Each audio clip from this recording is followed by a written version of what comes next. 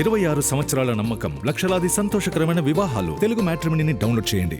ఇప్పుడు trend setting సినిమాలు చేసిన రామ్ గోపాల్ వర్మ ఇప్పుడు కేవలం ట్విట్టర్కే పరిమితం అయిపోయారు.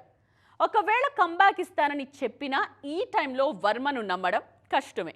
కానీ ఒక్కసారికి నన్ను నమ్మండి అంటున్నారు ఈయన. మరి ఆర్జీవి ఈసారి సీరియసా? నిజంగానే కంబ్యాక్ ఇస్తారా? అసలు ఆయన ఏం సినిమా చేస్తున్నారు? రామ్ గోపాల్ వర్మ ఈ పేరులో ఒకప్పుడు క్రియేటివిటీ ఉండేది, కానీ కొన్నేళ్లుగా కాంట్రవర్సీ మాత్రమే కనిపిస్తుంది. మనోడు మాట్లాడినా మౌనంగా ఉన్నా వివాదమే. నేను మారిపోయానని చెప్పినా నమ్మడానికి ఎవరూ సిద్ధంగా ఉండరు. ఆ మధ్య నేను మారిపోయాను, ఇకపై అన్ని మంచి సినిమాలే తీస్తానన్నారు. అప్పటినుంచి వర్మ నుంచి సినిమానే రాలేదు. చాలా రోజుల తర్వాత వర్మ కొత్త సినిమా అనౌన్స్ చేశారు.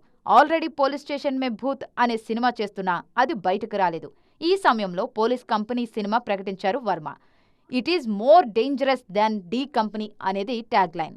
పోలీస్ వ్యవస్థకు అదనపు అధికారాలు ఇస్తే అది క్రమంగా ఒక కంపెనీగా ఎలా మారుతుందనే కాన్సెప్ట్తో ఈ చిత్రం తెరకెక్కుతోంది. దావూద్ చోటారాజన్ విభేదాల తర్వాత ముంబై అండర్ వరల్డ్లో ఏర్పడిన పరిస్థితులు, గ్యాంగ్ వార్స్ నేపథ్యంలో ఈ కథ సాగుతుందని 1997-2004 మధ్య 300 మందికి పైగా గ్యాంగ్స్టర్స్ను చంపిన స్పెషల్ పోలీస్ స్క్వాడ్ నుంచి ఈ కథకు స్ఫూర్తి పొందినట్లు వర్మ తెలిపారు. ఆ స్క్వాడ్ మెంబర్ దయానాయక్ పాత్రలో హర్షవర్ధన్ రాణే నటిస్తున్నారు. మరి ఈ చిత్రంతో అయినా వర్మ ఫామ్లోకి వస్తారా అనేది చూడాలి.